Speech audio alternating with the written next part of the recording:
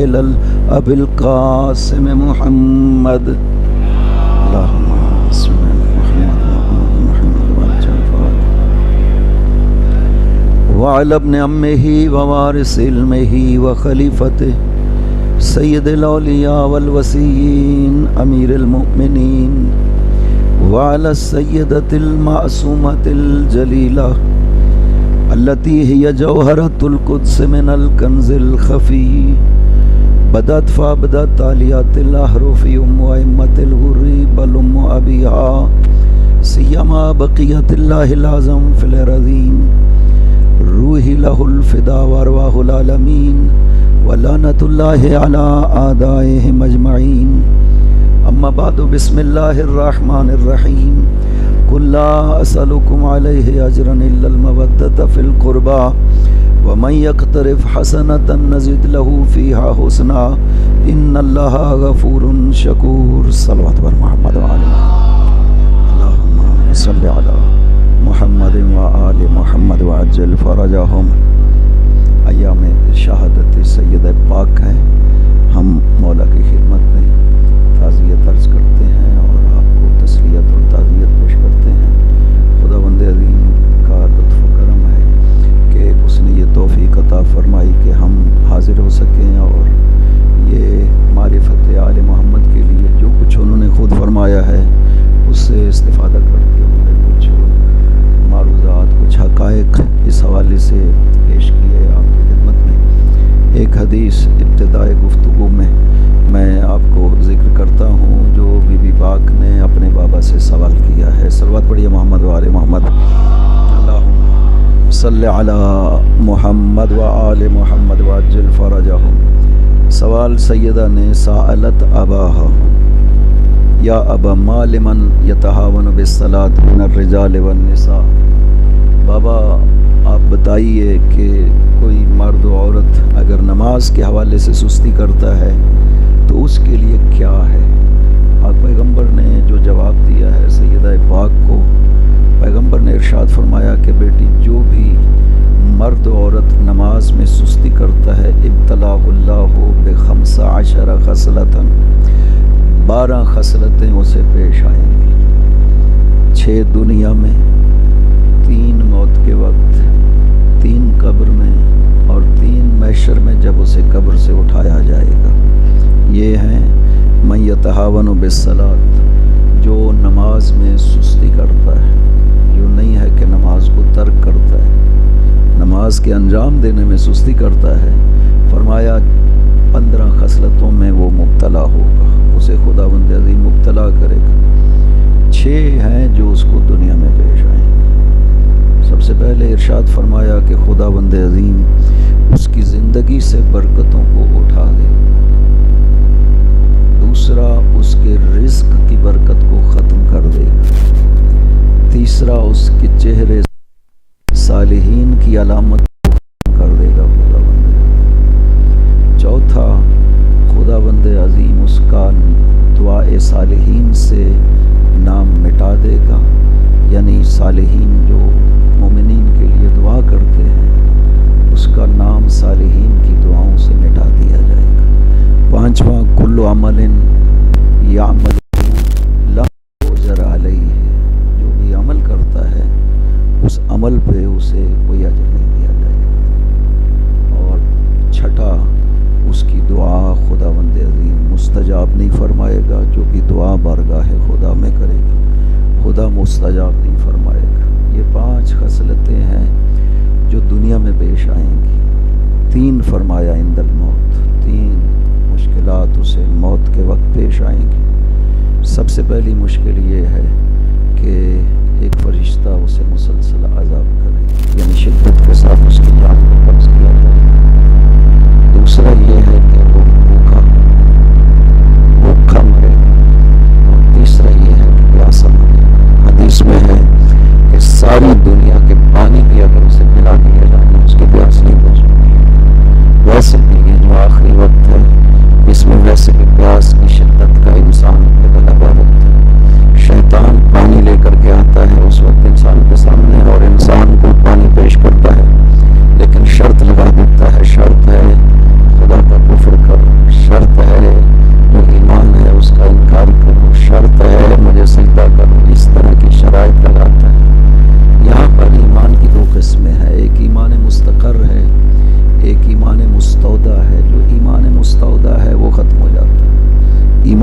مستقر ہے جو باقی رہتا ہے انسان موت کے وقت۔ ان مشکلات کے مقابل میں اگر ایمان مستقر نہ ہونا انسان کا تو ختم ہو جائے گا، وہاں پر انسان بے ایمان دنیا سے جاتا ہے۔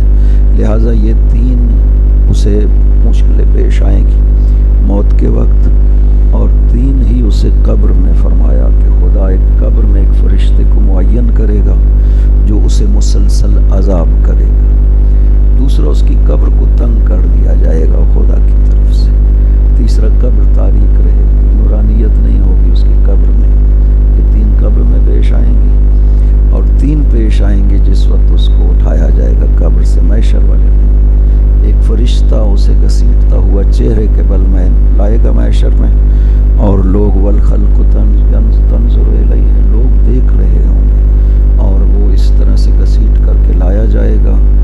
اور دوسرا ہے شدت عذاب، مومن کے لیے ہے عذاب میں نرمی، عذاب میں سختی نہ ہو، یسیر الحساب، لیکن اس کے لیے شدت سے حساب کیا جائے گا۔ اور تیسرا، لا ینظر اللہ الیہ، خدا اس پر نظر نہیں کرے گا۔ یہ 15 باتیں جو سیدہ سلام اللہ علیہ نے پاک پیغمبر سے سوال کیا کہ بابا آپ فرمائیے کہ اگر کوئی نماز میں سستی کرتا ہے، ما لمن تہاون بالصلاۃ من الرجال والنساء، کہ جو بھی نماز میں سستی کرتا ہے مرد و عورت، بابا اس کو کیا سزا ملے گی؟ جواب سیدہ میں پاک پیغمبر نے ارشاد فرمایا ہے، وجود بابرکت سیدہ سلام اللہ علیہ، یہ ساری برکات علمی، یہ تسبیح ہے سلام اللہ علیہ جو بہت بڑی عبادت قرار دی گئی ہے۔ حتیٰ یہ جو ذکر کثیر خدا نے حکم دیا ہے نا قرآن کریم میں سورہ احزاب میں، یا ایھا الذین آمنوا اذکروا اللہ ذکرا کثیرا وسبحوہ بکرۃ واصیلا، اے ایمان والو آپ پر واجب ہے ذکر کثیر کرنا، خدا کا تسبیح کرنا صبح و شام۔ یہ ذکر کثیر بھی روایت میں ہے کہ یہی تسبیح سیدہ ہے، یعنی آپ اس وظیفہ پر عمل کر رہے ہیں تسبیح سیدہ کی شکل میں، جو خدا نے انسان کے ذمہ لگایا ہے کہ خدا کا کثرت سے ذکر کرو۔ فرمایا یہ جو تسبیح ہے یہ ذکر کثیر کا مصداق ہے جو خدا نے ہم پر فرض کیا ہے۔ ہماری بندہ خدا ہونے کے ناطے یہ ذمہ داری بنتی ہے کہ ہم ہر وہ کام کریں جس میں رضا خدا شامل ہو۔ انسان عبادت بھی اس لیے کرتا ہے کہ خدا راضی ہو، لہٰذا جب انسان عبادت کر رہا ہے تو اس میں انسان کی کوئی غرض نہیں ہونی چاہیے اپنے لیے کہ مثلا عبادت کر رہا ہوں، لوگ کہیں کہ اچھی عبادت کر رہا ہے، لوگ کہیں کہ کتنا پابند ہے عبادت کا، اس طرح کی باتیں جو اپنی غرض ہے، اپنی شہرت ہے، بالکل ذرہ برابر بھی نہیں ہونی چاہیے۔ وما امروا الا لیعبدوا اللہ مخلصین لہ الدین، حکم یہ دیا گیا ہے کہ عبادت کرو صرف اور صرف خالصتاً خدا کے لیے۔ حدیث میں ہے کہ اگر کوئی شخص 2 رکعت نماز مقبول پڑھ لے نا تو اسے بخشوانے کے لیے یہی کافی ہے۔ 2 رکعت نماز مقبول، یعنی 70 سال انسان عبادت کرے اور 2 رکعت نماز مقبول پڑھ لے تو یہ 2 رکعت اسے بخشوا دیں گے۔ نماز کی اتنی اہمیت ہے بارگاہ خدا میں، خود ارشاد فرماتا ہے اقم الصلاۃ لذکری، نماز میرے ذکر کی خاطر قائم کرو، اور کوئی مقصد نہیں، صرف یاد خدا۔ اور میں نے شاید پہلی مجلس میں یہ بات کہی بھی تھی کہ نماز میں جو خداوند عظیم نے ہم پر احسان کیا ہے نا، وہ نماز کو فرض قرار دیا ہے جو خدا نے ہمارے اوپر۔ یہ احسان خدا ہے کہ اس نے نماز ہمارے اوپر فرض قرار دی ہے۔ کیوں؟ میں نے ذکر کیا تھا کہ خدا کے ساتھ ربط کرنا یہ ہماری ضرورت ہے۔ ہم ایک لحظے کے لیے بھی خدا سے مستغنی نہیں ہو سکتے کہ ہم کہیں کہ اب زندگی مل گئی ہے، اب ہمیں خدا کی ضرورت نہیں ہے۔ نہ، ایسا نہیں ہے، ہم ہر لحظے میں زندگی کے خدا کے محتاج ہیں، کیونکہ یہ سانسیں مسلسل ہماری ضرورت ہے، یہ جو نظام ہے ہمارے بدن کے اندر یہ مسلسل ہماری ضرورت ہے۔ یہ سورج ہے، یہ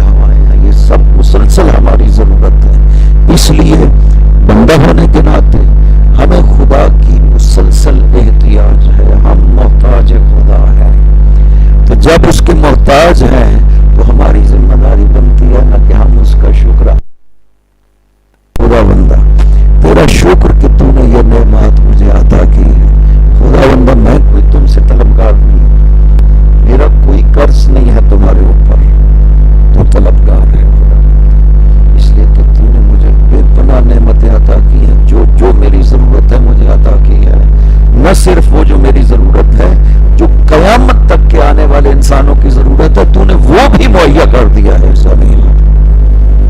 اتنا خیال رکھا ہے مخلوقات کا. وہ جانتا تھا کہ اس مخلوق کو بعد میں بھی کس چیز کی ضرورت پڑنی ہے، وہ سب کچھ زمین میں موجود ہے. وہ جس وقت انسانوں کو خلق کیا خدا نے، اس وقت پیٹرول تو نہیں چاہیے تھا لوگوں کو، ڈیزل تو نہیں چاہیے تھا، تیل تو نہیں چاہیے تھا، لیکن خدا نے زمین میں اس کا بندوبست کیا تھا، کیونکہ جانتا ہے کہ بعد میں انسانوں کو اس کی ضرورت پڑنے والی ہے. یوں تو نہیں ہے کہ جیسے جیسے انسان ترقی کرتا گیا یہ چیزیں خدا پیدا کر رہا ہے، نہیں، اس نے پہلے دن سے هو الذی خلقکم من الارض واستعمرکم فیہا، خدا وہ ہے جس نے تمہیں زمین سے خلق کیا ہے اور زمین میں آبادکاری تمہیں عطا کی ہے. خدا بند عظیم، یعنی خدا نے کتنا خیال رکھا ہے ہماری ضروریات کا کہ آپ کو جو کچھ بھی ضرورت ہوگا نا وہ اس زمین سے میسر ہوگا. میں نے اس زمین کو اس طرح سے قرار دیا ہے کہ آپ کو جو زندگی کے لیے ضروریات چاہیے نا وہ اسی زمین سے آپ کو ملے گی. یہ خدا کا معجزہ بھی ہے اور خدا کا احسان بھی ہے کہ آنے والے انسان قیامت تک کے لیے جائیں گے. یہ خزائن زمین ختم نہیں ہوں گے کبھی. خدا کا وعدہ ہے کہ یہ زمین میں جو میں نے خزانے عطا کیے ہیں یہ انسانوں کے لیے ہیں، اس زمین پر رہنے والوں کے لیے، انسان یا غیر انسان سب کے لیے یہ کافی قرار دیا ہے خداوند عظیم نے. اس میں کوئی کمی واقع نہیں ہوگی. اگر کہیں پر کمی واقع ہوتی ہے تو وہ انسانوں کے ظلم کی وجہ سے کمی واقع ہوتی ہے. اس لیے منع کیا گیا ہے ظلم نہ کرو کسی کے اوپر، چونکہ خدا نے سب کے لیے حق قرار دیا ہے. اس زمین کے اوپر زندگی بسر کرنے کا حق خدا نے سب کے لیے قرار دیا ہے. اس لیے شکر خدا ہماری ذمہ داری ہے. رحمت خدا کا مسئلہ نہیں ہے، اس کا وعدہ ہے کہ میں رحمت ہر کسی کو عطا کرتا ہوں. رزق بھی دینا میری ذمہ داری ہے. وما من دابۃ فی الارض الا علی اللہ رزقها، زمین میں کوئی بھی جاندار نہیں ہے مگر یہ کہ خدا پر اس کا رزق ہے. یعنی رزق دینا یہ خدا کی ذمہ داری. وہ کہتا ہے میں ذمہ داری کو پوری کرتا ہوں. انسان چاہے اپنی ذمہ داری کو پورا کرے یا نہ کرے، شکر خدا آپ بجا لائیں یا نہ بجا لائیں، کفر کرتے رہیں تب بھی وہ دیتا ہے. خدا بند عظیم کبھی فرق نہیں کرتا ہے کہ یہ مسلمان ہے، یہ میرا ماننے والا ہے اور یہ میرا انکار کرنے والا ہے، لہٰذا اس سے روک لوں اور اس سے عطا کر دو. کہتا نا میں کبھی اس لحاظ سے انسانوں میں فرق نہیں کرتا. یہ انسان کو اس کا احساس ہونا چاہیے کہ میں کب تک ناشکری کرتا رہوں گا خدا کی، کہ جو مجھے ہر ضرورت پوری کر رہا ہے. وہ جو دعا ہے نا سید الشہداء کی، امام حسین علیہ الصلوۃ والسلام کی، صلوات پڑھیے نا محمد والے. اللہم صلی علی محمد و آل محمد وعجل فرجہم. دعائے عرفہ میں حضرت نے یہ ساری حکایت ذکر کی ہے کہ خدا بندہ کس طرح سے ماں کے شکم میں تو نے میرا خیال رکھا ہے. خدا بندہ جب میں دنیا میں آتا ہوں تو کون تھا جس نے ماں کے دل میں میرے لیے محبت پیدا کی ہے؟ کون ہے جس نے ماں کے ذریعے سے میری غذا کا بندوبست کیا؟ خدا یا تو تب تک کرتا رہے، تب بھی کرتا تھا جب میں خود کچھ نہیں کرتا تھا، سب کچھ تو ہی تو انجام دیتا تھا. بار الہ تو خدا اس طرح سے اپنے بندے کا خیال کرتا ہے. بندے کی ذمہ داری بنتی ہے کہ ہمیں احساس ہونا چاہیے کہ اس کے مقابل میں ہم شکر خدا کریں. اور میں شاید یہاں پہ بھی عرض کیا ہے کہ کبھی کبھی ایک رات معین کر لیا کرے نا کہ خدایا میں جو تیری نعمتوں سے فائدہ اٹھا رہا ہوں، آج کی رات میں اس نعمت کا شکر ادا کروں گا. یہ جو نعمت میں فائدہ اٹھا رہا ہوں نا بار الہ، کتنا ہر لحظہ اپنی زندگی کا ذرا حساب کریے کہ آپ اس نعمت سے جو فائدہ اٹھا رہے ہیں. آج کی رات بار الہ میں اس نعمت پہ تیرا شکر ادا کروں گا، سر سجدے میں رکھوں گا. خدا بندہ تیرا شکر ہے کہ تو نے یہ نعمت عطا کی، مجھے معروم نہیں رکھا ہے. خدا بندہ بے شک میں اس نعمت کا حق نہیں ادا کر پا رہا ہوں، میں اس طرح سے نعمت کو استعمال نہیں کر رہا ہوں جیسا تو چاہتا ہے، جیسے تیری رضا ہے. یہ نعمت خدا تو نے کان سننے کے لیے دی ہے، میں اس نعمت سے فائدہ اٹھا رہا ہوں. یہ زبان خدا بندہ تو نے مجھے عطا کی ہے بولنے کے لیے، بے شک میں اس طرح ادا نہیں کر پا رہا ہوں کہ اس سے وہ کلمات صادر ہوں جس پہ تو راضی ہو، لیکن میں تیرا شکر ادا کرتا ہوں کہ تو نے مجھے یہ نعمت دی ہے. ایک مرتبہ نہیں ہے، یہ 70 سال 80 سال 100 سال زندگی بسر کرتا ہوں. مسلسل آپ اس نعمت کو فائدہ اٹھا رہے ہیں، آپ کو کچھ بھی خرچ نہیں کرنا پڑ رہا. یہ بیماری بھی جو آتی ہے یہ ہماری غلطیوں کی وجہ سے آتی ہے. خدا نے قرار نہیں دیا ہے. ہاں جب بیماری آ جاتی ہے تو امتحان بن جاتا ہے خدا کی طرف سے. اب میں اس بندے کو آزماؤں گا, یہ مرض اس میں آ گیا ہے, اب میں دیکھوں گا کہ یہ شکر کرتا ہے یا کفر کرتا ہے. یہ امتحان تب بنتا ہے جب آ جاتی ہے, نہ کہ خدا امتحان کے لیے مبتلا کرتا ہے. ایسا نہیں, انسان مبتلا ہو جاتا ہے, امتحان بن جاتا ہے. ابلیس نے نافرمانی کی تو اس کا وجود امتحان بنا ہے انسانوں کے لیے, نہ کہ خدا نے ابلیس کو خلق اس لیے کیا ہے کہ وہ انسانوں کے لیے امتحان کا ذریعہ بن سکے. اس لیے نہیں خدا نے ابلیس کو قرار دیا تھا کہ یہ میری نافرمانی کرے اور میں اس کو انسانوں کے امتحان کا ذریعہ بنا دوں. نہیں, جب اس نے نافرمانی کر لی نا تو پھر خدا نے اس کو انسانوں کے امتحان کا ذریعہ بنا دیا. اب فرمایا بھائی دو راستے ہیں, ایک ابلیس کا راستہ ہے, ایک میرا راستہ ہے. ابلیس تمہیں وسوسے کرے گا اپنے راستے پہ لے جانے کی, لیکن ابلیس کو بھی پتا تھا کہ جو خدا کے بندے ہیں نا وہ کبھی میری بات کو نہیں مانیں گے. ان عبادی لیس لک علیہم من سلطان, خدا نے خود ابلیس سے فرمایا تھا میرے بندوں پہ تمہیں کوئی کنٹرول نہیں ہوگا. جو الہی انسان, جو خدا کا خیال کرنے والے, شیطان ان ذرہ برابر بھی تصرف نہیں کر سکتا, ذرہ برابر بھی وسوسہ نہیں کر سکتا. کیوں؟ خدا خود قرآن میں فرماتا ہے کہ ان الذین اتقوا اذا مسهم طائف من الشیطان تذکروا فاذا هم مبصرون. یہ وہ صاحبان تقوی جن کے دل میں خوف خدا پایا جاتا ہے, جب انہیں کوئی وسوسہ شیطانی پیش آتا ہے فوراً متوجہ ہو جاتے ہیں یہ شیطانی سوچ ہے, رجوع کر لیتے ہیں خدا کی طرف سے. اللہم صلی علی محمد و آل محمد وعجل فرجہم. لہٰذا خدا مبتلا ہو گیا, انسان بیماری میں مبتلا ہو گیا, خدا کی طرف زیادہ رجوع کر دو, پہلے سے زیادہ رجوع کر دو. انسان پہ مصیبت آ گئی, بیٹا دنیا سے چلا گیا, اولاد دنیا سے چلی گئی, خدا کی طرف زیادہ رجوع کریں. چونکہ ہمارے سامنے نمونے موجود ہیں. سید الشہداء کیا کہتے تھے؟ رضن بقضائک و تسلیما لامرک. خدا بندہ میں راضی ہوں, جس پر تو راضی ہے میں اس پر راضی ہوں. ہو صبرن علی قضائک, تیری قضا پر ہمیں صبر ہے. خدا بندہ تو جس پر راضی ہے. ایک بندہ اس طرح سے خدا کا بندہ بن سکتا ہے. میں کہا کرتا ہوں مثال کے طور پر, آپ غلام خریدنے جاتے, جب منڈیاں لگتی تھی غلاموں کی, غلام پیش کیے جاتے تھے, خریدار ان سے سوالات کرتا تھا غلاموں سے کہ کون سا غلام ہے جو مجھے خریدنا چاہیے. اب بیچنے والا کہے کہ یہ غلام بہت اچھا غلام ہے, پڑھا لکھا غلام ہے, اتنا سمجھدار ہے کہ آپ اسے اگر کوئی کام کہیں گے تو یہ آپ سے پوچھے گا کہ یہ آپ کیوں کروانا چاہتے ہیں. ایک اور غلام پیش کیا جائے اور وہ کہے کہ یہ اتنا پڑھا لکھا تو نہیں ہے, لیکن جو آپ حکم دیں گے نا یہ منوان ویسا انجام دے گا. تو آپ قطعاً وہ نہیں خریدیں گے جو پڑھا لکھا ہے, آپ اس کو خریدیں گے جو آپ کی بات منوان ماننے والا ہے. اس لیے کہ غلامی میں علم سوال نہیں دیکھا جاتا ہے, غلامی میں اطاعت کو دیکھا جاتا ہے کہ یہ آپ اپنے مولا کا مطیع کتنا ہے, خدا بند عظیم کی اطاعت کا جذبہ اس کے اندر کتنا پایا جاتا ہے. یہ نہ کوئی کہے کہ خدا تو کافروں کو بھی دے رہا ہے تو مجھے بھی دے رہا ہے, اس میں کیا فرق پڑتا, لہٰذا پھر کافر بھی شکر نہیں ادا کر رہے.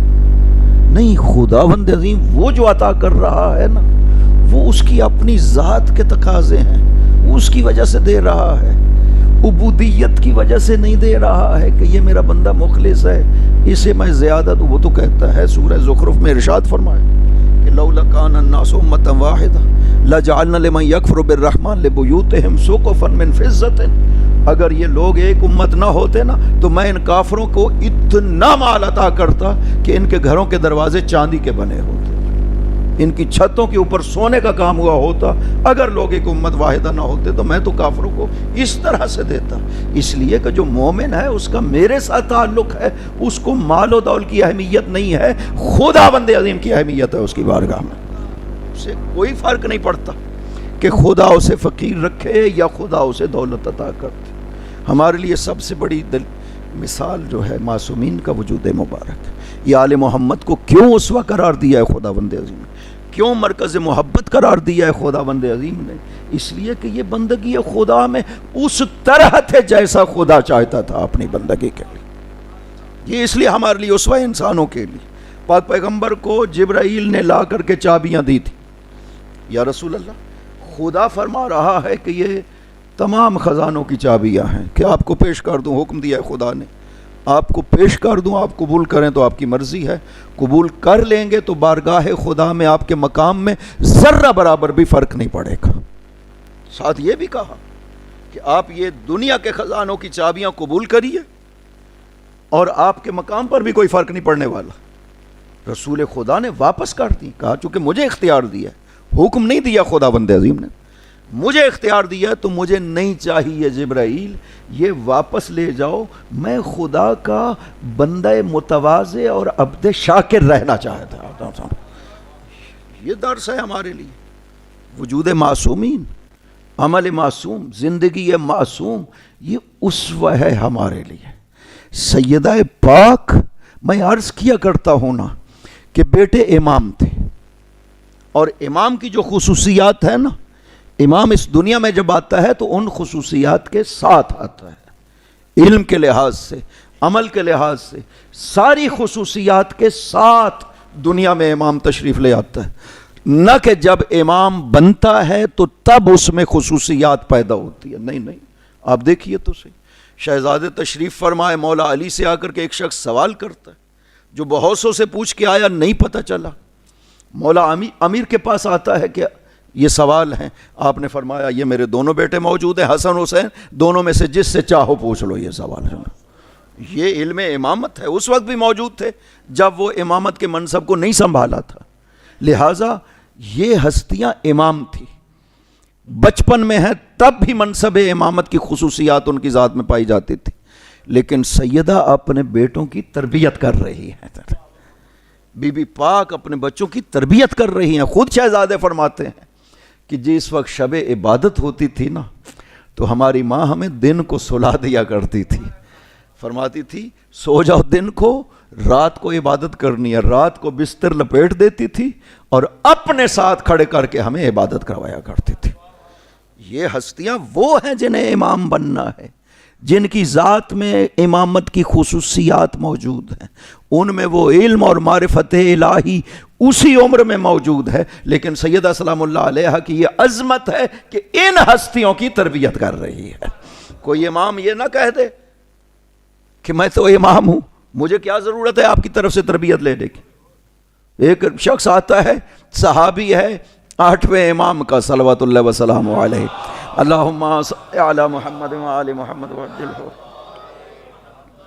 اور آتے ساتھ راستے سے امام جواد علیہ السلام کے لیے کچھ کھلونے بھی لیتا آیا کہ یہ چھوٹے ہیں تو چلے میں کھلونے لے جاتا ہوں۔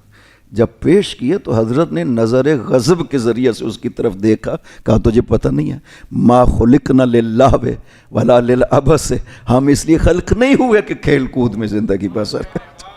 یہ امام ہے، امامت کا منصب سنبھالنا ہے، لہٰذا وہ ساری خصوصیات جو امام میں ہیں اس بچپن میں موجود ہوتی ہیں، لہٰذا جو اہل نہیں ہے اگر امام سے کوئی ایسی بات کہتا ہے امام فوراً رد کر دیتے ہیں، تمہیں پتہ نہیں ہے کس سے بات کر رہے ہیں۔ لیکن یہاں پر شہزادوں سے ماں کہتی ہے دن کو سو جاؤ، رات کو عبادت کرنی ہے، شہزادے یہ نہیں کہتے کہ اماں ہم تو خود امام بننے والے ہیں، ہم میں یہ خصوصیات ہیں۔ اس کا مطلب ہے فضیلتوں میں سیدہ کا جو مقام ہے 11 اماموں میں سے کوئی بھی اس منزل کو نہیں پا سکتا ہے۔ یا علی یا علی، اللہم صلی علی محمد و آل محمد وعجل فرجہ۔ جو خدا سے ربط ہے نا بندے کا، وہ ہر حال میں باقی رہنا چاہیے۔ لہٰذا یہ جو خدا نے احسان کیا نا ہمارے اوپر، یہ نماز فریضہ جو نماز واجب قرار دی ہے، اس پر خدا کا بہت شکر ادا کریں کہ باراللہ ہماری ضرورت تھی نا تیرے ساتھ ربط رکھنا، یہ مجبوری بھی صحیح، واجب سمجھ کر آتے ہیں تیرا شکر ادا کرنے کے لیے۔ اگر نماز واجب نہ ہوتی نا تو یقین کرے ہم میں سے پتہ نہیں بہت کم تھے جو آتے خدا کی بارگاہ میں کھڑا ہوں، چونکہ نوافل تو ابھی بھی موجود ہیں، خداوند عظیم نے نوافل تو قرار دیے ہوئے ہیں۔ کتنے لوگ ہیں جو زحمت کرتے ہیں رات کو اٹھیں، خدا کی بارگاہ میں شکر ادا کرنے کے لیے نماز شب کے لیے کھڑے ہو جائیں. کون ہے، کتنے افراد ایسا جو کرتے ہیں؟ بہت کم ہے ہم میں سے جو ایسا کرتے ہیں. اس کا مطلب ہے کہ یہ جو ہم نماز پڑھتے ہیں نا واجب سمجھ کر، بالآخر شکر خدا تو ادا ہو جاتا ہے. اگر خدا یہ نہ کرتا تو ہم نہ کر پاتے. خدایا تیرا کتنا لطف ہے ان بندوں پر کہ تو نے یہ نماز واجب قرار دیا ان بندوں پر. واقعاً خداوند عظیم نے بہت بڑا احسان کیا یہ نماز واجب کی شکل میں. ورنہ جہاں تک عطا کرنے کا کام ہے، رزق دینا وہ اس کا کام ہے. وہ چونکہ رب ہے تو رب کا کام ہے وہ چیز دینا جو مربوب کی ضرورت ہے. یہ خصوصیت جو رب کی ہے نا کہ وہ جس کو پال رہا ہے اس کی ہر ضرورت کو جانتا بھی ہے، پورا بھی کرے، اسے رب کہا جاتا ہے. تو یہ صرف اور صرف خداوند عظیم میں پایا جاتا ہے اور کسی میں نہیں پایا جاتا. لہٰذا کبھی کوئی غلط تصور ہمارے ذہنوں میں پیدا نہیں ہو سکتا کہ خدا کے علاوہ اس کائنات میں کوئی اور رب موجود ہے. سب کے سب محتاج خدا. پاک پیغمبر سے لے کر کے آخر قیامت تک ہر انسان محتاج خدا ہے. اور ہمیں تو اس احتیاج کا احساس ہی نہیں ہے جتنا احساس اس احتیاج کا ائمہ کو اور پیغمبر کی ذات کو تھا. ہمیں تو احساس ہی نہیں ہے کہ ہم خدا کے کتنے محتاج ہیں. پیغمبر جیسی ہستی جو اتنی عبادت کرتی ہے بارگاہ خدا، عبادت کرتے ہیں، خدا کہتا ہے کہ اتنی عبادت کی ضرورت نہیں ہے. یہ واحد ہستی ہے کائنات کی جسے خدا نے کہا ہے کہ عبادت کم کیا کرو. باقی ہر کسی کو خدا نے کہا، نبیوں کو عبادت کرو، میرا شکر ادا کرو، بارگاہ میں سجدے کرو. لیکن یہ وہ واحد ہستی ہے کائنات میں جسے خدا نے کہا یا ایھا المزمل قم اللیل الا قلیلا نصفہ وانقص منہ قلیلا. اے چادر اوڑھنے والے، راتوں کو عبادت کرو لیکن ساری رات کرنے کی کیا ضرورت ہے؟ آدھی رات کر لیا کرو، اس سے تھوڑا کم و زیادہ کر لیا کرو لیکن ساری رات نہیں. چونکہ پیغمبر کھڑے ہوتے تھے بلکہ پنجوں کے بل. مولا علی نے ارشاد فرمایا کہ پاک پیغمبر بڑی مدت پنجوں کے بل کھڑے ہو کر کے عبادت کرتے رہے، چونکہ خدا نے فرض قرار دیا نا وَمِنَ اللَّيْلِ فَتَهَجَّدْ بِهِ نَافِلَةً لَكَ. کس لیے؟ خدا کہتا ہے کہ رات کا نافلہ آپ پر واجب ہے. پیغمبر کس لیے؟ عَسَىٰ أَن يَبْعَثَكَ رَبُّكَ مَقَامًا مَحْمُودًا. قیامت کے دن مقام شفاعت کے لیے نماز شب پڑھو میرے نبی. یعنی نبی قیامت کے دن جو یہ شفاعت کریں گا نا مذنبین کی، یہ اس نماز شب کی وجہ سے ہے جو ساری زندگی پڑھتے رہے ہیں پاک پیغمبر. یہ مقام خدا نے پیغمبر کو عطا کیا. لہٰذا کتنی راتیں مسلسل پنجوں کے بل کھڑے ہو کر کے عبادت کرتے رہے. یہ سوج جاتی تھی پنڈلیاں اور پاؤں سوج جاتے تھے. خدا کو منع کرنا پڑا کہ نہیں میرے نبی، ما انزلنا علیک القرآن لتشقی. ہم نے یہ قرآن آپ پہ اس لیے نازل نہیں کیا کہ آپ مشقت میں پڑ جائیں. اس آیت کی وجہ سے وَمِنَ اللَّيْلِ فَتَهَجَّدْ بِهِ، آپ اتنی مشقت اٹھا رہے ہیں، میں نے اس لیے نہیں نازل کیا ہے کہ آپ مشقت میں پڑ جائیں. ساری رات کیا ضرورت ہے عبادت کرنے کی؟ کچھ حصہ کریں، رات کا ایک حصہ کریں، پھر آرام کیا کریں. یہ خدا نے فرمایا اپنے نبی کو. وہ نبی جس کی عبادتوں پہ خدا کہتا ہے کہ بس ہے، کافی کر لیے عبادت، وہ نبی بارگاہ خدا میں عرض کرتا ہے ما عبدنا کا حق عبادتک. خدایا ہم تیری عبادت کا حق ادا نہیں کر سکتے. اتنا حق عظیم ہے خداوند عظیم کا کہ کوئی ادا نہیں کر سکتا. پاک پیغمبر کہتے ہیں ہم ادا نہیں کر سکتے بار الہ. لہذا ان کو تو زیادہ احتیاج کا احساس ہے جتنا ہمیں نہیں ہے کہ ہم کتنے محتاج خدا. ہمیں بالکل اس کا احساس نہیں ہے. یہی وجہ ہے کہ ہم خدا سے غافل ہو جاتے ہیں، چونکہ ہمیں احساس نہیں ہے کہ ہم کتنے ضرورت مند ہیں خداوند عظیم کے. غافل تو تب ہیں کہ جب انسان سمجھے مجھے اس کی ضرورت نہیں ہے، غفلت ہو گئی. وہ ہم ہر سانس میں خدا کے محتاج. خدا کہتا ہے ان اصبح ماؤکم غورا فمن یاتیکم بماء معین. اگر یہ پانی تمہارا سارا کا سارا زمین کے اندر چلا جائے تو کون تمہیں گوارا پانی عطا کرے گا؟ یہ تمہاری ضرورت کا بندوبست کہتا ہے. پانی ہے تو میں نے زمین میں کیا ہے، باقی خزانے ہیں تو سب میں نے بندوبست زمین میں کیا ہے. زمین سے جو کھیتی اگتی ہے، ہمارا اناج اگتا ہے، یہ زمین میں وہ ذرات قرار دیا تو تبھی تو اگتا ہے، ورنہ ایسے لوہے سے تو نہیں اگ سکتا ہے کہ لوہے میں بیج ڈال دیں تو وہاں سے اگ جائے گندم. نہیں، یہ زمین سے اگتی ہے، چونکہ زمین میں وہ ذرات قرار دی ہیں جو ان کی تربیت کے لیے ضروری تھے. خدا نے اتنا خیال رکھا ہے، لہٰذا ہم جتنا بھی شکر ادا کریں گے نا، تو یہ تو ہے کہ خدا بندہ ہم تیرا حق ادا نہیں کر سکتے، لیکن یہ جملہ جب آپ اس کی بارگاہ میں کہہ دیتے ہیں نا کہ خدایا میں تیری نعمتوں کا شکر ادا تو نہیں کر سکتا ہوں، لیکن جو کچھ میری طرف سے ایسے اپنی بارگاہ میں قبول فرما۔ الہی قد عطاک المسیح، آپ نماز سے پہلے جو یہ دعا پڑھتے ہیں یہی عرض کرتے ہیں نا کہ خدا میں گناہ گار ہوں، وہ گناہوں کا اعتراف کر لیتے ہیں، خدا معاف کر دیتا ہے۔ خدا سے معافی لینا کوئی مشکل کام نہیں ہے۔ یا سریع الرضا اغفر لمن لا یملک الا الدعاء، کتنا آسان ہے خدا سے معافی لینا۔ جہنم میں جانا مشکل ہے، جنت میں جانا مشکل نہیں ہے۔ جہنم میں خدا چاہتا ہے، فرعون کے لیے بھی میں اکثر یہ ذکر کرتا ہوں کہ خدا فرعون کے لیے بھی چاہتا ہے کہ یہ واپس آ جائے، لہٰذا دو نبیوں کی ذمہ داری لگاتا ہے کہ اذهبا الی فرعون انہ طغی، یہ بہت سرکش ہو گیا، جاؤ نہ دونوں ذرا۔ ساتھ تعلیم دے رہا ہے کہ اس سے گفتگو جا کر کے کیسے کر، حالانکہ وہ نبی بنا دیے خدا نے، لیکن ساتھ خدا بتا بھی رہا ہے فقول لہ قولا لینا لعلہ یتذکر و یخشی، جا کر کے اس سے ذرا نرم لہجے میں بات کرنا، تو ہو سکتا ہے واپس آ جائے وہ چوڑا۔ بار الہ تو کتنا کریم ہے، تو اپنے بندے پہ کتنا رحم کرتا ہے کہ فرعون کے لیے بھی چاہتا ہے کہ لعلہ یتذکر و یخشی، اس سے ذرا نرم لہجے میں بات کرنا، ہو سکتا ہے واپس آ جائے تمہاری بات سن کر کے۔ خدا راضی نہیں ہے کوئی جہنم میں چلا جائے۔ جب جنگ جمل ختم ہو گئی، مقتولوں کے لاشیں پڑے ہوئے تھے، بیچ میں مولا علی کھڑے ہو کر کے رو رہے تھے۔ کسی نے آ کر کے عرض کی اپنے سپاہ کے بندے نے کہ مولا کیوں رو رہے ہیں؟ یہ ہمارے نہیں ہیں، یہ لشکر مخالف کے سپاہی ہیں۔ فرمایا اسی لیے رو رہا ہوں کہ یہ آج جہنم میں چلے گئے، میں اس پہ رو رہا۔ صبح عاشور جس وقت دونوں لشکر کی صفیں لگ گئی نا، خیمے کے دروازے پہ کھڑے ہو کر کے سید الشہداء رو رہے تھے۔ اندر سے بہن نے پوچھا کہ بھیا کیوں رو رہے ہو؟ کہا رو رہا ہوں کہ یہ لشکر آج شام کو جہنم میں چلا جائے گا، یہ جنت میں جا سکتے تھے لیکن یہ جہنم میں چلا جائے گا۔ اس طرح سے خدا اور خدا کے نمائندے نہیں چاہتے کہ کوئی جہنم میں چلا جائے۔ خدا نے یہ وسائل کیوں دیا ہے ہمیں؟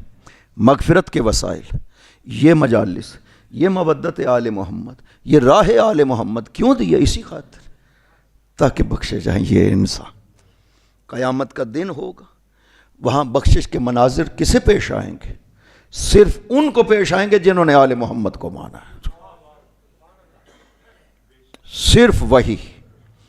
اور بلکہ سیدہ سلام اللہ علیہ کا مقام جب محشر میں معلوم ہوگا نا دنیا کو، تو اہل محشر ہر ایک یہ خواہش کرے گا لو کننا فاطمیین، کاش ہم بھی فاطمی ہوتے۔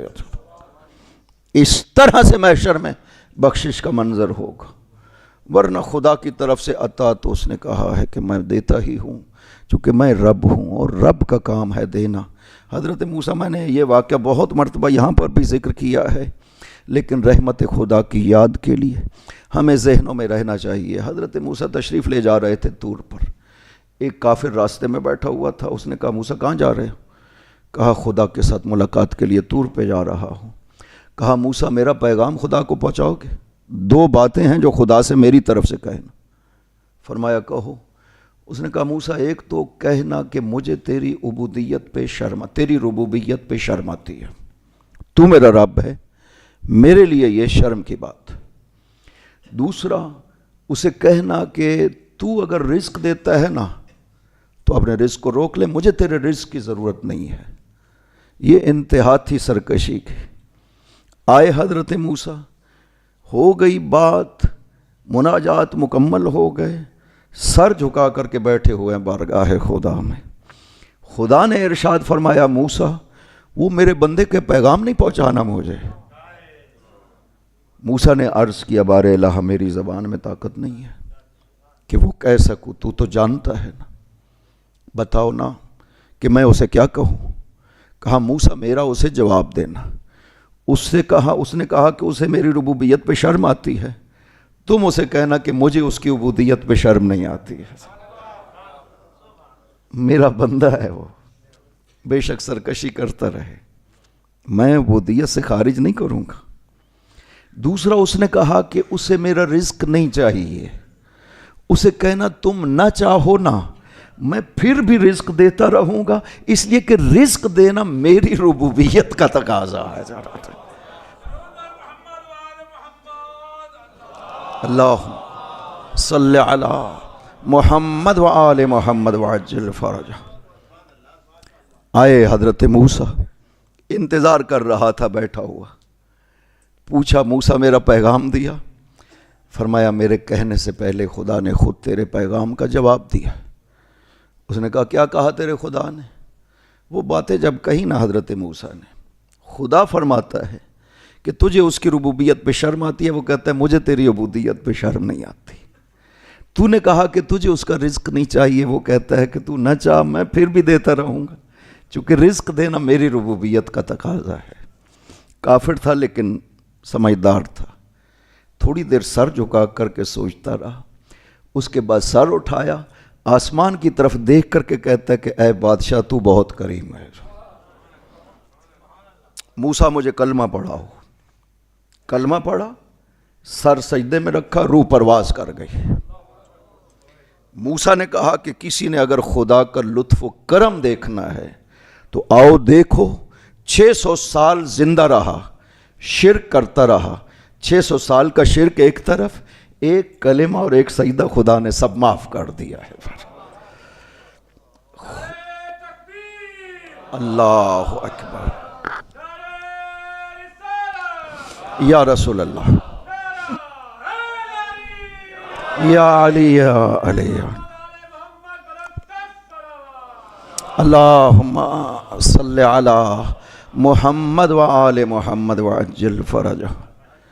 خوال محمد کس لیے یہ زحمتیں کرتے ہیں؟ علی جو عبادت کرتے تھے اتنی زیادہ، 500 درخت تھے کھجوروں کے، ہر درخت کے نیچے 2 رکعت نماز پڑھتے تھے، اور پھر مصلی پہ کھڑے ہو کر کے کانا یتململ تململ السلیم، اس طرح تڑپتے تھے جیسے سانپ نے ڈسا ہو۔ ابو دردہ نے دیکھا علی بے ہوش ہو کر کے گر گئے، جا کر کے ہلایا علی کو، سمجھا کہ علی دنیا سے چلے گئے، دوڑتے ہوئے آئے دروازہ سیدہ پہ، عرض کیا بی بی علی دنیا سے چلے گئے۔ فرمایا کیا ہوا؟ کہا مصلی پہ کھڑے تھے، تڑپتے رہے اور پھر ساکن ہو گئے بالکل۔ کہا نہیں علی دنیا سے گئے نہیں ہے، تم نے یہ ایک رات دیکھا ہے، ہم ہر رات علی کو اسی طرح دیکھتے ہیں۔ یہ بندگی خدا ہے، آل محمد نے ہمیں بندگی خدا سکھائی ہے۔ یہ سورہ دہر ہے نا، اس میں ایک منظر ہے جس پہ بہت توجہ کی ضرورت ہے۔ شہزادے مریض ہوئے، پاک پیغمبر کے پاس علی لے کر کے آئے، پیغمبر نے ارشاد فرمایا علی روزوں کی منت مانو تاکہ شہزادوں کو شفا ملے۔ یہ دیکھیں نا، یہ تربیت ہے، ورنہ یہ ہستیاں اس طرح سے ہیں، دست مبارک سروں پہ رکھ دیں تب بھی شفا مل جائے گی، یہ جملہ کہہ دیں کہ خدایا شفا دے تب بھی شفا مل جائے گی، مرض کو حکم دے دیں دور ہو جائیں تب بھی شفا مل جائے گی۔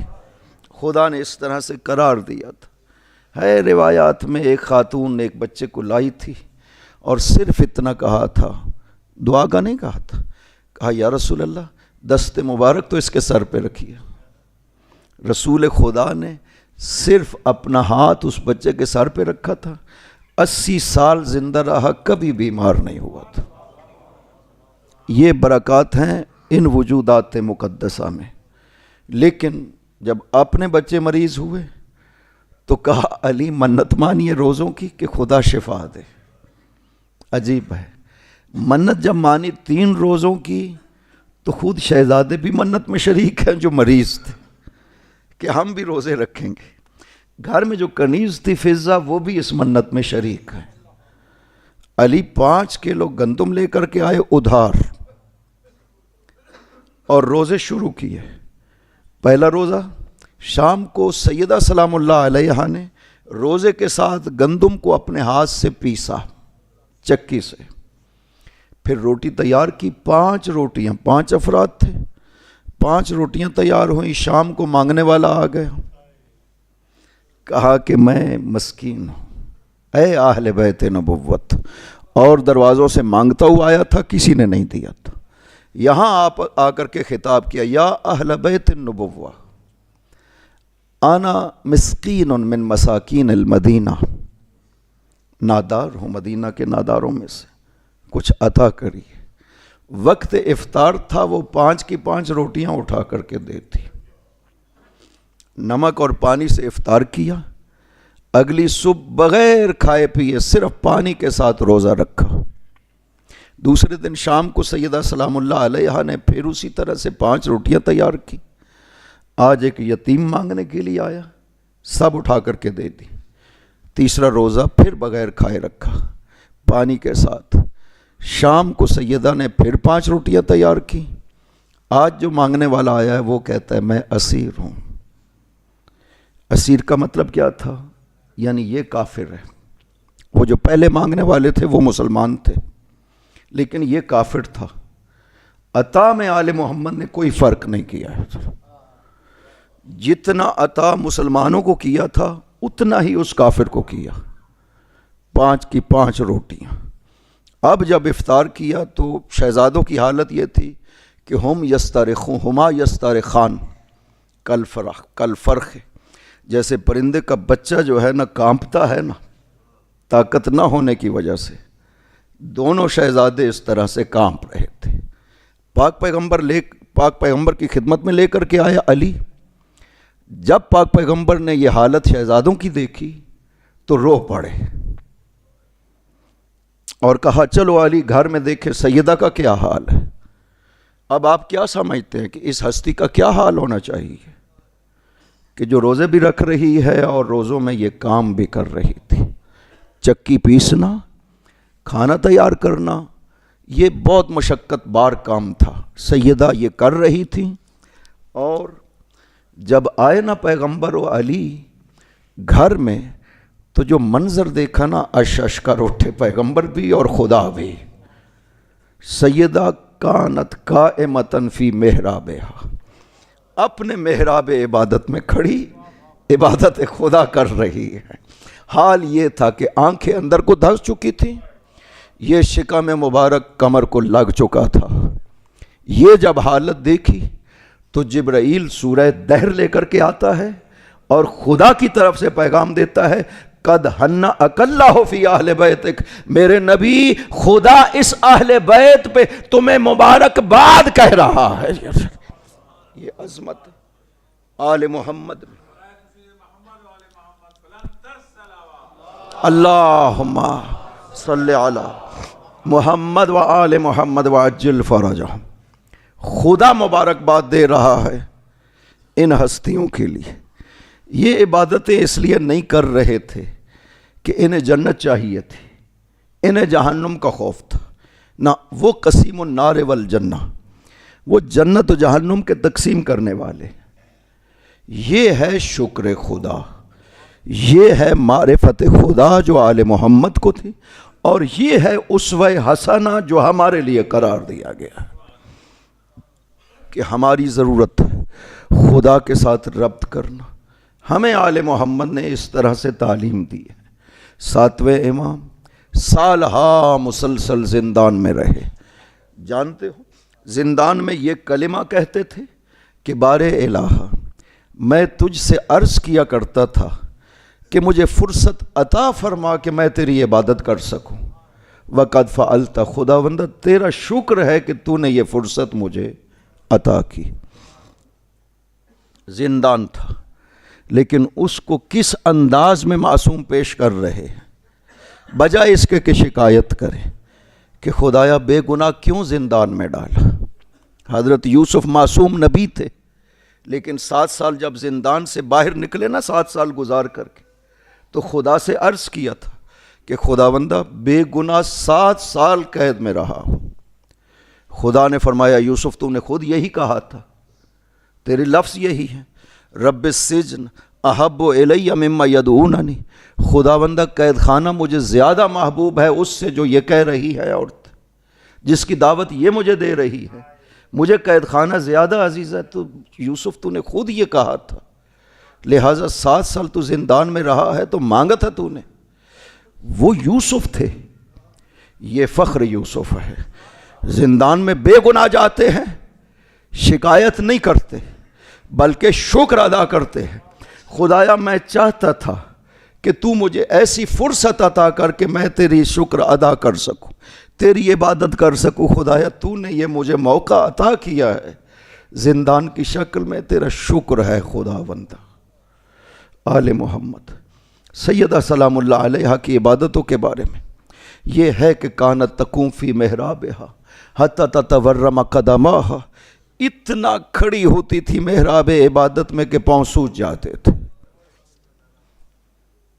اس ہستی کے لیے اگر پیغمبر نے یہ جملہ کہا ہے نا, فدا کے ابو کے, آپ کا باپ آپ پہ قربان ہو, یہ جملہ سید المرسلین کہہ رہے ہیں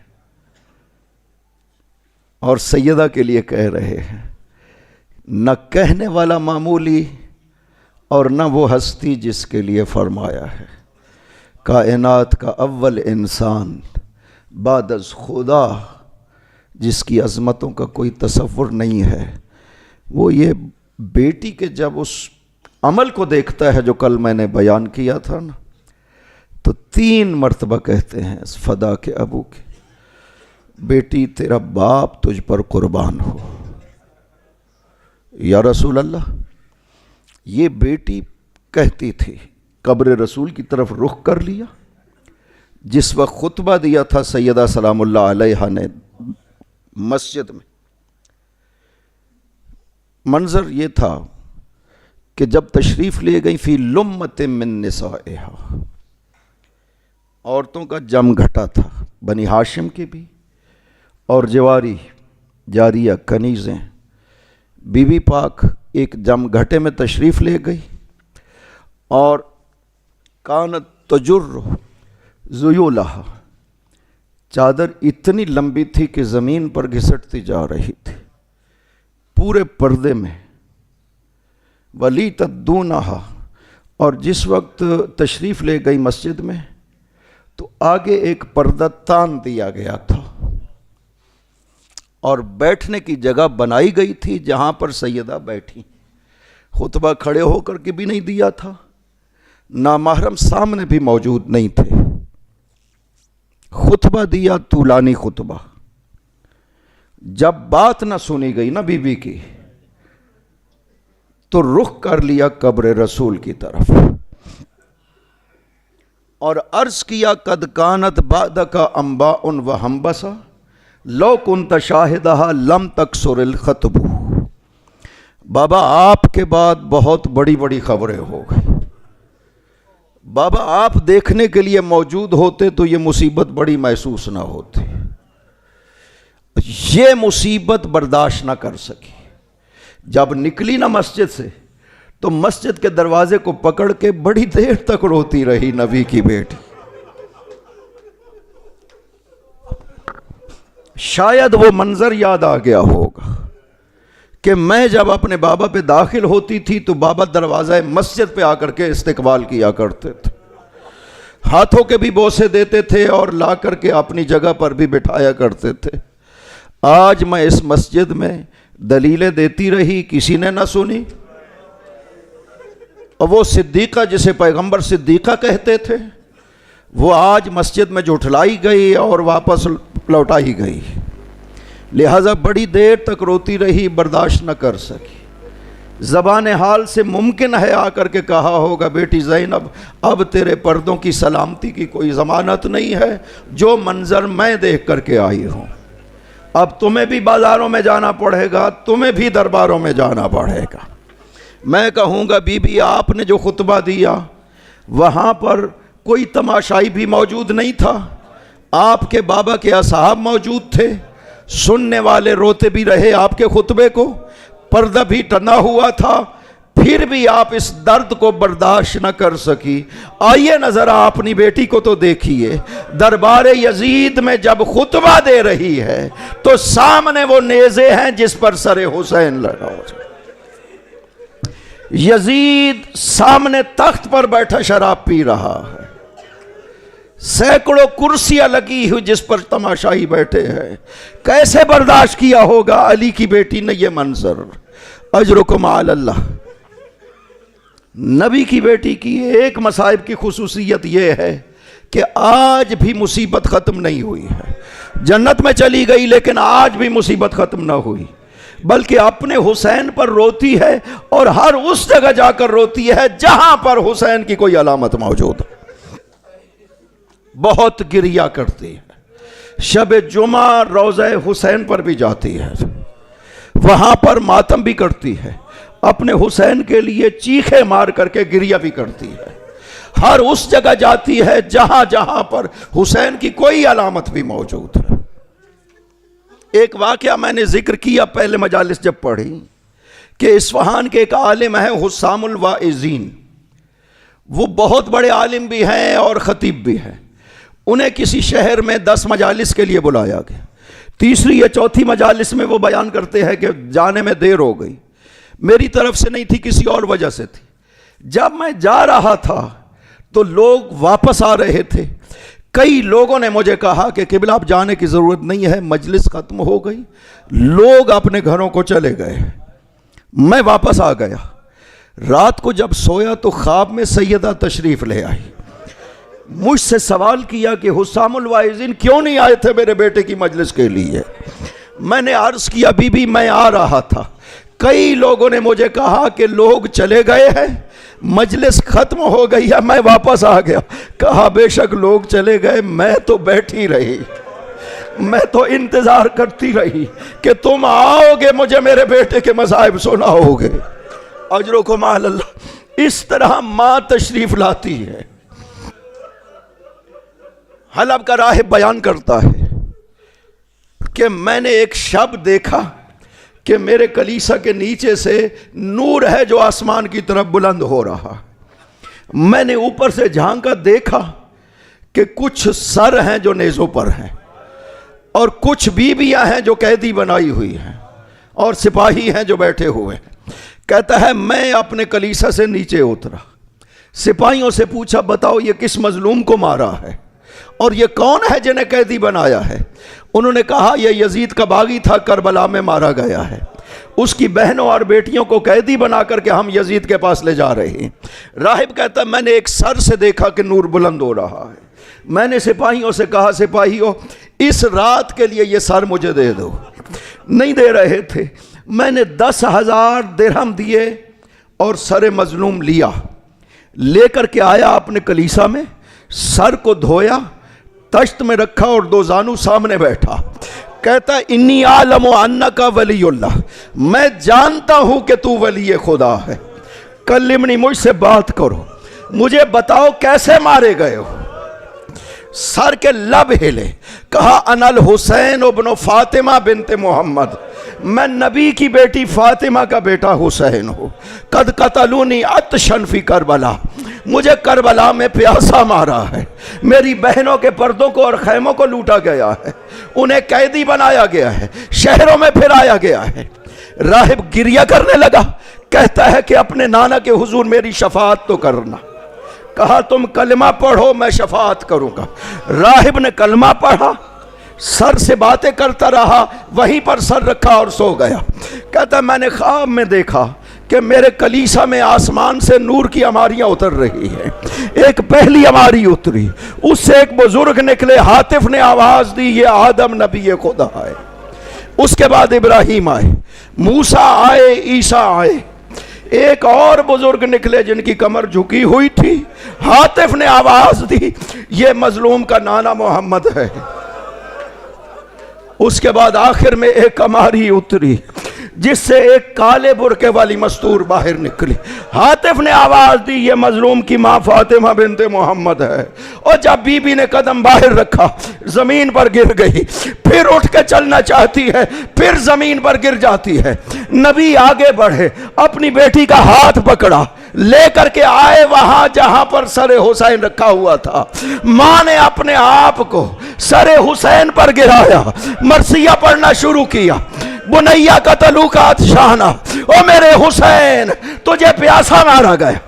دو ہستیاں ہیں جو حسین تک پہنچی تو گرتی ہوئی زمین پر آئی تھی۔ ایک حسین کی ماں ایک قدم اٹھاتی تھی زمین پر گر جاتی تھی، اور دوسرا عاشور کے دن مظلوم کی بہن نے جب خیمے سے باہر قدم رکھا تھا۔ اجرکم علی اللہ، جب تک حسین جنگ کرتے رہے، تھوڑی تھوڑی دیر کے بعد ایک بلند ٹیلے پہ کھڑے ہو کر کے کہتے تھے لا حول ولا قوت الا باللہ، تاکہ یہ آواز بہنیں سنیں، انہیں پتہ چلے کہ حسین زندہ ہے۔ بڑی دیر گزر گئی جب حسین کی آواز بہن نے نہ سنی۔ سپاہی بیان کرتا ہے میں نے دیکھا کہ ایک بی بی جو کالے برقعے والی ہے، اس نے خیمے سے باہر قدم رکھا، زمین پر گر گئی، ہر قدم اٹھاتی تھی زمین پر گر جاتی تھی۔ آئی علی کی بیٹی طلہ زینبیہ پر، عجیب منظر دیکھا کہ حسین زمین کربلا پر لیٹے ہوئے ہیں، زمین کربلا خون حسین سے سرخ ہو چکی ہے۔ وَالشِّمْرُ جَالِسٌ عَلَى صَدْرِهِ، شمر کے ہاتھ میں خنجر ہے جو حسین کے گلے کو کاٹنا چاہتا ہے۔